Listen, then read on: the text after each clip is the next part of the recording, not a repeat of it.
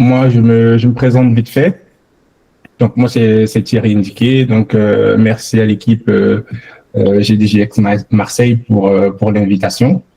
Donc, c'est toujours un plaisir pour moi de contribuer à la communauté, notamment tout ce qui est GDG, GDG en campus et tout ce qui est communauté au sens large. Donc, moi, je suis chercheur en cybersécurité. Et donc, mon travail consiste à développer des solutions basées sur l'IA pour tout ce qui est analyse de risque, système GRC, compliance et conformité. Donc, voilà, dans la communauté, je suis également investi en tant qu'organiseur du GDG Monde en Belgique. Et donc, voilà, je participe à des événements en tant que simple participant, speaker. Et donc, je mentor également de nouveaux GDG et de nouveaux leads pour des GDG en campus.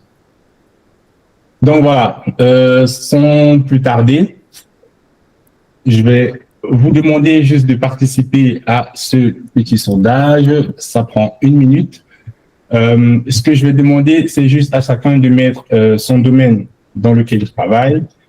Pour ceux qui n'arrivent pas à scanner le QR code, donc là, il y a un lien dans le chat qui vous donne un accès direct au sondage.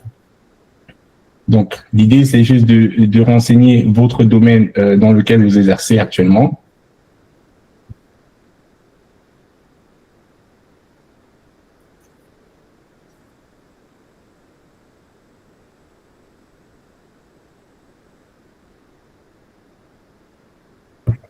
Nickel.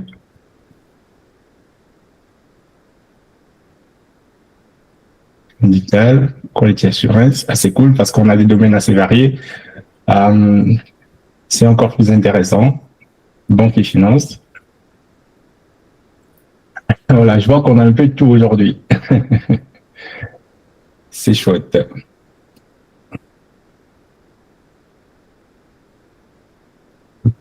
Voilà, donc encore quelques secondes. Psychologue, ok, c'est pas mal.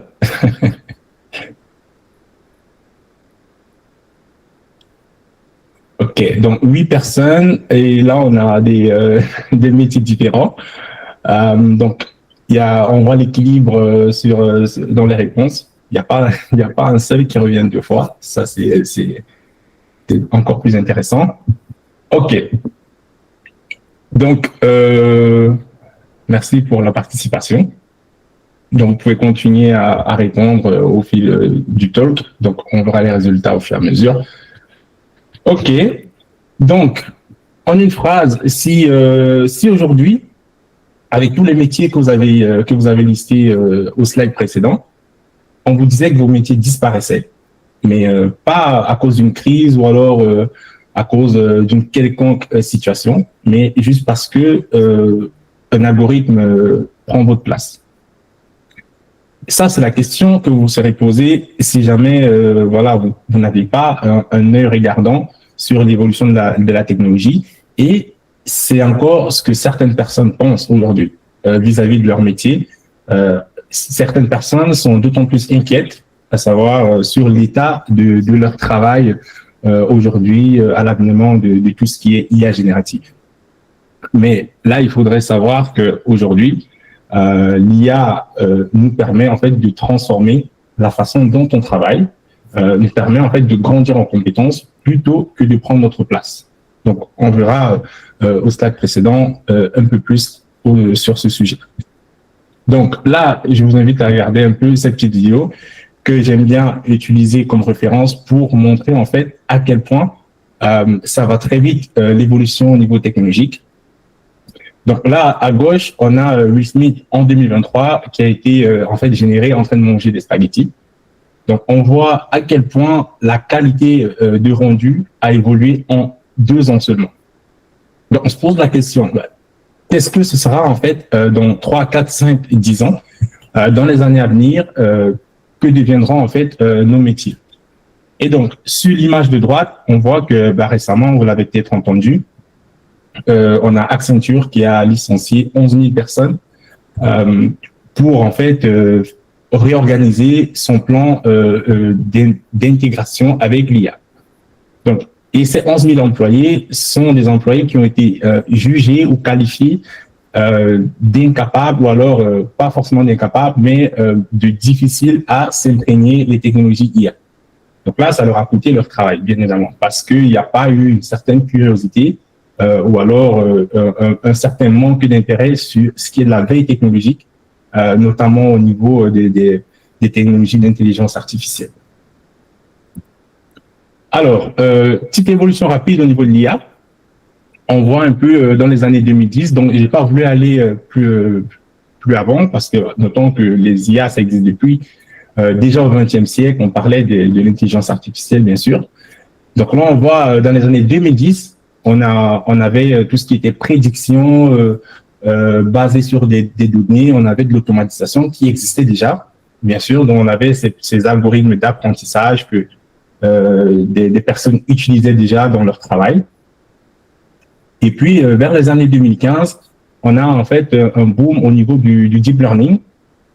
Donc, du deep learning, de l'apprentissage profond, avec des réseaux de neurones, un peu plus simples ou complexes, mais toujours est-il qu'on avait en fait déjà de l'intelligence artificielle qui marchait très bien.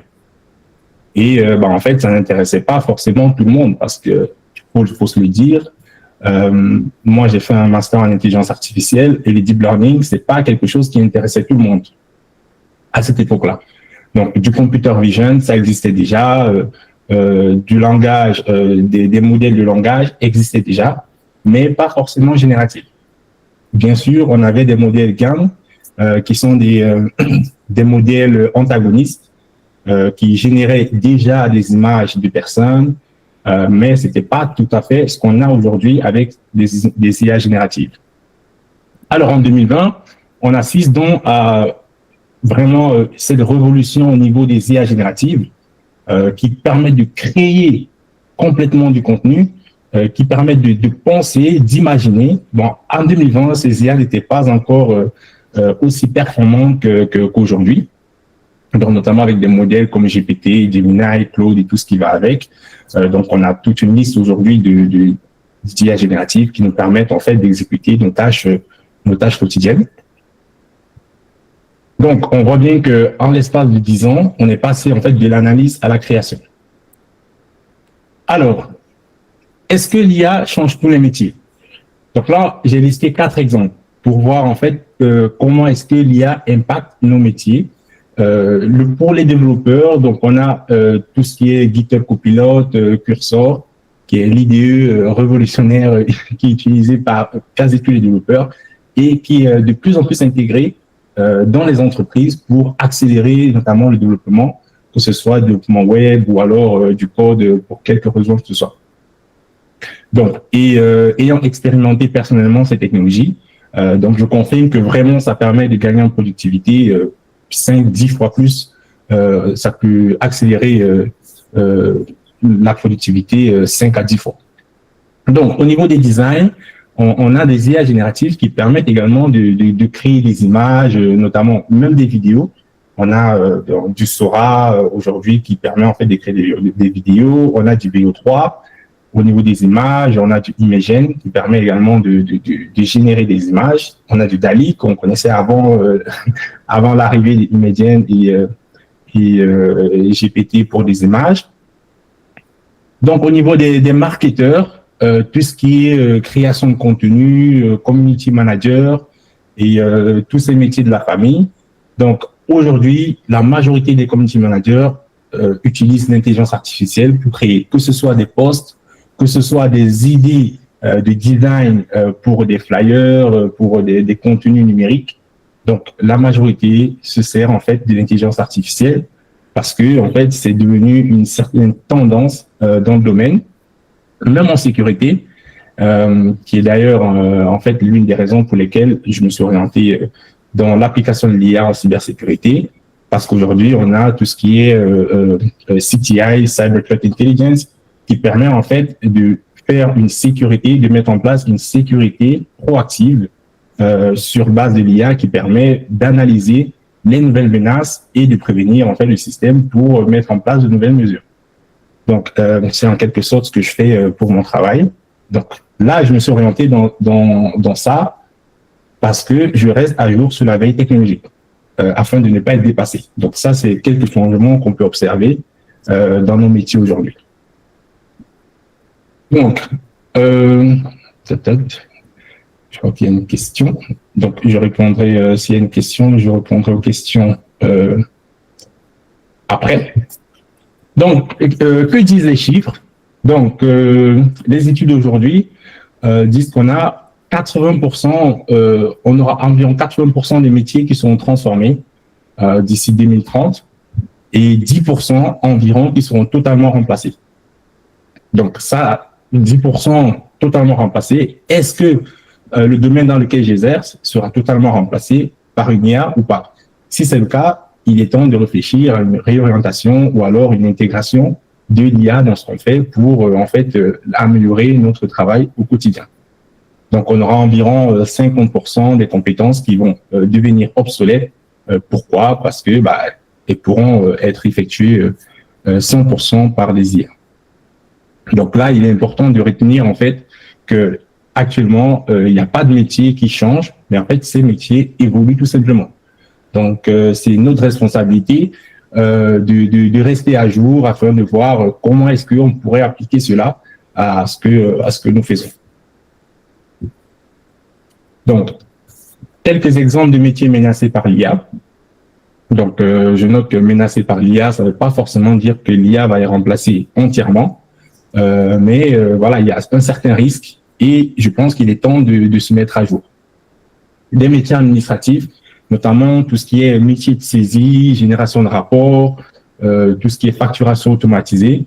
Donc aujourd'hui, on a déjà des workflows comme du N8N, des plateformes comme N8N, avec des MCP servers qui permettent en fait d'exécuter des workflows de façon automatique, notamment l'envoi de mails, la réponse aux candidatures, génération de rapports, reporting et tout ce qui va avec. Donc en fait, ces workflows-là permettent de le faire déjà de façon automatique. Donc actuellement, ces personnes qui exercent dans ce domaine-là, qu'est-ce qu'il faut faire? Prendre en main ces technologies-là afin de rester à jour. Donc dans l'avenir, on pourra dire que on ne peut pas dire qu'on va confier cette tâche entièrement à ces plateformes-là. Certes, on aura besoin peut-être d'une validation humaine, mais pour faire cette validation humaine, il faudra en fait être familier à cette technologie-là. Donc, il est important de rester à jour pour voir quelle technologie pourrait s'appliquer au domaine dans lequel j'exerce. La communication et rédaction également, tout ce qui est rédaction, traducteur, community management. Donc aujourd'hui, les modèles d'intelligence artificielle le font déjà correctement. Des métiers analystes, des business analysts, des analystes juniors. Voilà, avec des agents IA, on arrive à faire quand même pas mal d'analyses. Tout ce qui est industrie et logistique, donc quand on parle d'IA, on ne parle pas que d'IA générative. Donc il y a également des évolutions IA au niveau de l'industrie et de la logistique. Donc notamment avec une association avec la robotique. Donc, il n'y a pas longtemps en Albanie, il y a eu un ministre qui a été premier ministre robot qui a été nommé en Albanie. C'est réel. Donc voilà, on voit à quel point on peut pousser l'intelligence artificielle dans notre métier. Donc là, ça va jusqu'au poste des ministres, quoi. Donc voilà. Donc et ici, ça nous amène à une certaine conclusion. Il est important de rester quand même à jour sur les tendances technologiques.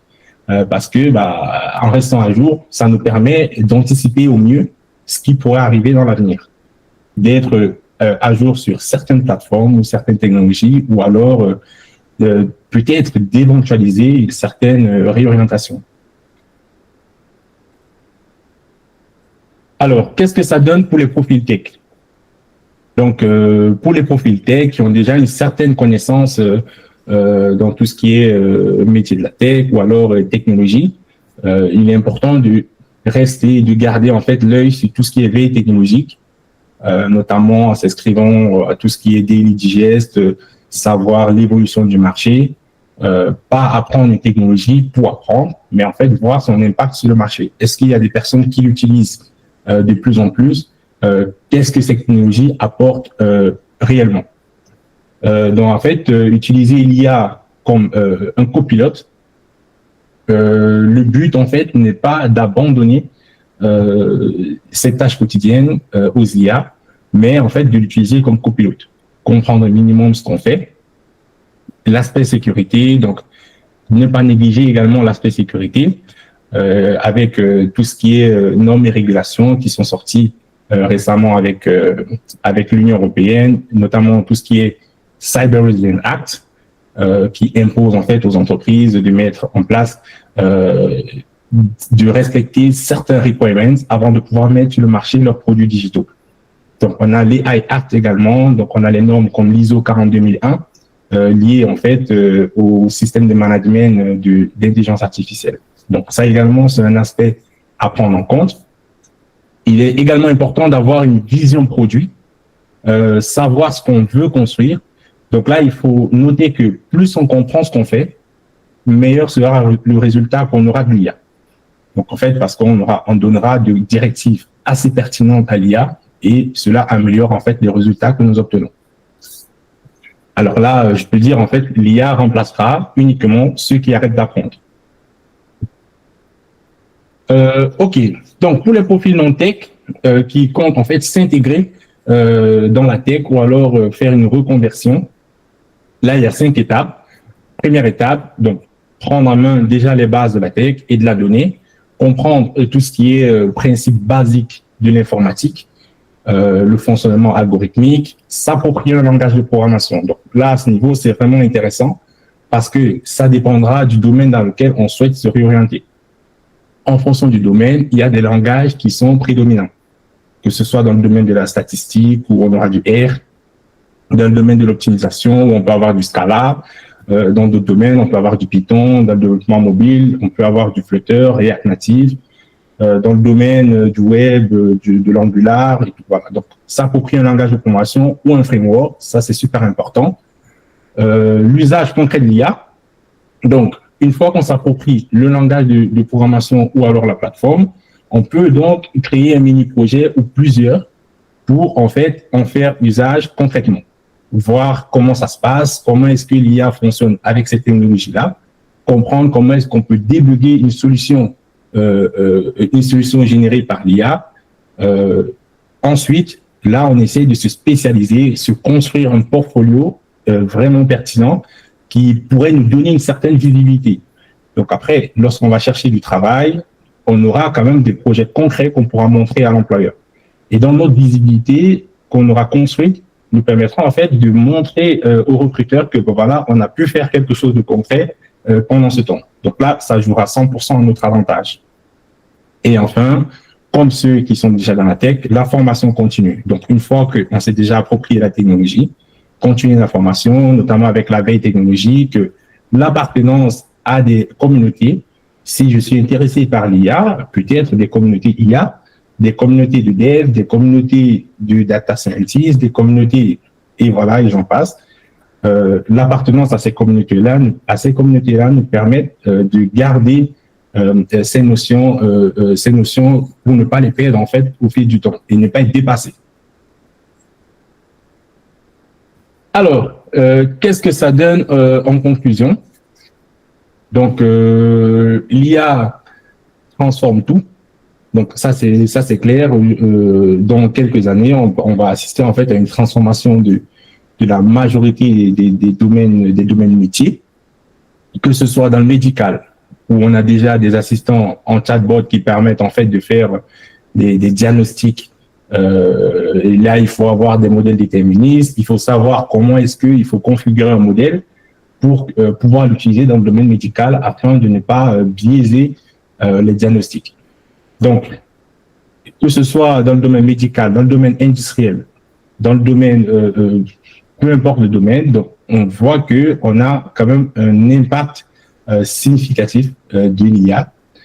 Qu'est-ce qu'on peut avoir comme clé ici? Donc, c'est-à-dire savoir saisir les opportunités.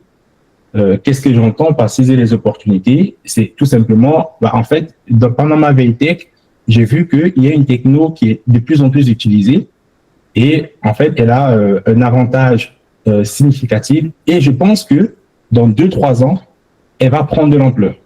Ça, c'est une opportunité. On s'approprie la technologie dès le début et on évolue avec la technologie. Donc ça, c'est une opportunité qu'on saisit. Dans 2-3 ans, quand les gens découvriront la technologie, il y a telle technologie qui permet de faire telle ou telle chose, nous, on se sera déjà approprié ces technologies-là parce qu'on aura saisi l'opportunité avant. Donc c'est pour ça, c'est très important la veille technologique et surtout garder le contrôle sur sa trajectoire. Bien évidemment, parce que c'est pas parce qu'il faut être à jour sur la veille tech qu'il faut aller dans tous les sens. Donc, il faut bien cadrer sa trajectoire, avoir le contrôle dessus, afin de ne pas de développer une expertise quand même pointue sur cette technologie. Donc voilà. Donc comment est-ce que j'ai appliqué cela à mon expérience personnelle? Donc en tant que à la base j'ai fait un cycle ingénieur en intelligence artificielle. J'ai commencé ma carrière en tant que cloud data engineer. Puis je me suis intéressé à la sécurité. Et dans la sécurité, avec la veille tech, j'ai découvert ce qui était du CTI assisté par l'IA. Et en fait, avec la norme CRA, enfin la norme NIS2 et le CRA qui vont devenir des obligations pour toute entreprise européenne d'ici décembre 2027. Et en fait, je l'ai découvert en 2024. Je me suis dit, mais en fait, ça, d'ici 2027, ça va être une obligation pour les entreprises d'appliquer cela. Alors, j'ai commencé à prendre en main en 2024 et aujourd'hui, je suis toujours, je développe une expertise là-dedans. Et d'ici 2027, je sais que j'aurai assez d'outils pour pouvoir apporter des services à une entreprise avec ces normes et régulations. Donc, ça, c'est un peu comment j'ai appliqué cette saisie d'opportunité à ma carrière personnelle. Voilà. Merci pour votre attention. Merci beaucoup Thierry. On a des questions assez intéressantes dans le chat. Donc on a une première question. La question c'est quels sont les nouveaux emplois émergents à cette ère IA pour les personnes comme des étudiants, des jeunes professionnels et tout? Les nouveaux emplois émergents à cette IA, donc on a à cette ère IA, pour des étudiants jeunes pros, il y a des métiers qui sont nés comme notamment prompt engineer. Prompt engineering, c'est en fait cette capacité à pouvoir communiquer avec l'IA, qui est devenue une science à part entière et qui est devenue une formation carrément. Prompt engineering qui au début était juste une simple, on va dire, assimilable à soft skills, qui aujourd'hui est une formation à part entière. Donc ça, c'est aussi, ça peut être un métier carrément. Donc aujourd'hui, il y a des formations en prompt engineering, il y a des formations en formateur IA, intégration IA. Donc il y a des gens dont le travail c'est digitaliser des solutions avec l'intelligence artificielle, donc des solutions existantes, puis on apporte de l'intelligence artificielle aux solutions existantes de la compagnie. Donc ça aussi, ce sont des opportunités que des nouveaux peuvent saisir, et ça marche super bien au vu des cas qu'on voit notamment sur les réseaux sociaux. Donc voilà. Ok. Et il y a une autre question qui est assez intéressante, question de Thierry qui dit pour Thierry en tout cas, qui dit comment garantir la transparence et l'éthique dans les décisions. Donc tout ce qui est RH, médical, aéronautique et tout, qui sont pilotés par l'IA. C'est vrai qu'aujourd'hui, quand on va avoir des domaines avec des données sensibles, comme tout l'aspect médical ou autre, on sait qu'on utilise de l'IA. Il y a des risques par rapport à ça, notamment au niveau de l'éthique. Comment ça se passe et quel est ton avis dessus? Oui, ça c'est une bonne question. C'est vrai que j'ai pas abordé ça dans le sujet parce que voilà, là on rentre un peu plus dans l'aspect technique. C'est pour ça qu'il existe aujourd'hui des open models. Des open models sont en fait des modèles open source qu'on peut télécharger et les configurer à notre sauce. J'ai d'ailleurs fait une présentation récemment au DFS Afrique francophone sur ce sujet-là. Donc, pour des sujets assez sensibles, l'avantage des modèles open, c'est qu'ils restent en local. Nos données ne sortent pas. on les entraîne avec nos propres données et là, on est sûr qu'on a une garantie au niveau de la sécurité, de la confidentialité et de la pertinence des résultats parce que, en fait, c'est nous qui configurons notre modèle, quoi. C'est un peu différent de si on interagissait directement avec un chat GPT en ligne. Là, il y a en fait un partage de données. Mais un modèle open, lui, reste en local. Donc là, c'est d'autant plus intéressant lorsqu'on a des contraintes des contraintes de confidentialité ou alors de sécurité. Ok, c'est hyper intéressant. Et on va prendre une dernière question. Et après, ce qu'on pourra éventuellement faire, c'est si jamais Thierry, bien évidemment, est d'accord et si jamais vous, ça vous intéresserait aussi de refaire un événement pour plus parler de l'impact de l'IA, de l'émergence de l'IA dans notre quotidien et tout. On pourra refaire un événement pour plus aller en détail dans ça. Et pour finir, du coup, au niveau RH, est-ce qu'il faut former tous les salariés à la compréhension de l'IA? Comment ça se passe? Est-ce qu'il y a que certains profils qu'il faudrait salarier? Qui on pourrait former, par exemple? Comment tu te situes par rapport à tout ça? Sachant que on a Stéphane dans le chat qui dit pour l'équipe RH, la prudence doit être de mise puisqu'il gère des données personnelles, donc il révèle un point assez important aussi.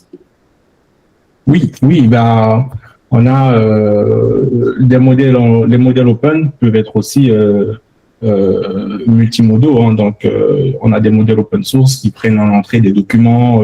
On a notamment tout ce qui est RAG. On peut avoir des modèles locaux qui sont avec une application de fine-tuning pour les entraîner sur en fait des tâches précises. Donc, sur le traitement de candidature, on peut fine-tuner un modèle en lui donnant, par exemple, des critères que nous aimerions avoir pour le poste, ou alors sur une façon précise d'analyser les candidatures. Ça également, ça peut se faire avec un modèle local, sans toutefois enfreindre les règles de la sécurité, quoi. Ok, très intéressant. Est-ce que les personnes qui ont des questions peuvent éventuellement te contacter, peut-être sur LinkedIn ou quoi que ce soit, en attendant qu'on réorganise, parce que je vois qu'il y a beaucoup d'intérêt, il y a encore eu une autre question. Donc, en attendant de peut-être refaire un événement par rapport à ça, est-ce qu'il y a une possibilité de te contacter sur LinkedIn ou autre pour des personnes qui auraient des questions et qui auraient besoin d'une expertise par rapport à ce domaine que tu maîtrises? Oui, bien sûr, carrément, il n'y a pas de problème. Donc, vous pouvez me contacter si jamais vous avez d'autres questions. Je laisse le lien de mon profil dans le chat. Ok, super. Comme ça, si jamais dans le chat vous avez des questions, vous voulez rester connecté ou quoi que ce soit avec Thierry, n'hésitez pas à nous faire aussi des retours sur le WhatsApp et dans le chat. Nous, on prend tout en compte et ça nous permet aussi pour la suite de bien comprendre les besoins, les attentes que vous avez. Et du coup, merci beaucoup Thierry pour cette présentation qui a suscité pas mal de questions.